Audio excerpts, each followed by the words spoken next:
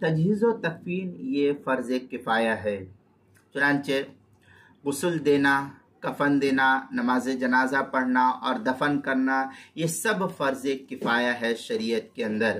یعنی اگر چند لوگ بھی ان امور کو انجام دے دیں گے تو سب کے ذمے سے یہ فرض ساقط ہو جائے گا، اور اگر کوئی بھی ان امور کو انجام نہ دے تو پھر سب کے سب لوگ گنہگار ہوں گے، جتنے اہل محلہ ہے، علاقے والے ہیں، سب کے سب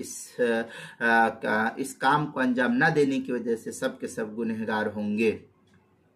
در مختار کے اندر ہے فعلی المسلمین تکفینہ والصلاح علیہ فرض کفایہ کدفنہ وغسلہ وتجہیزہ فإنہا فرض کفایۃ۔ اس طریقے کی عبارت جو در مختار ما شامی جو زکریہ بک ڈپو دیوبند کا ہندی نسخہ ہے اس کے اندر تیسری جلد صفحہ 102، بیروت کا چھپا ہوا نسخہ فتاوی شامی کا اس کی تیسری جلد صفحہ 97،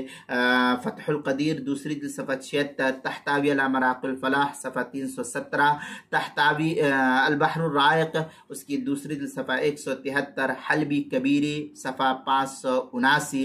مجمع الانہر پہلی جلد صفحہ 182، کتاب المسائل دوسری جلد صفحہ 56 پر اس کو نقل کیا گیا ہے۔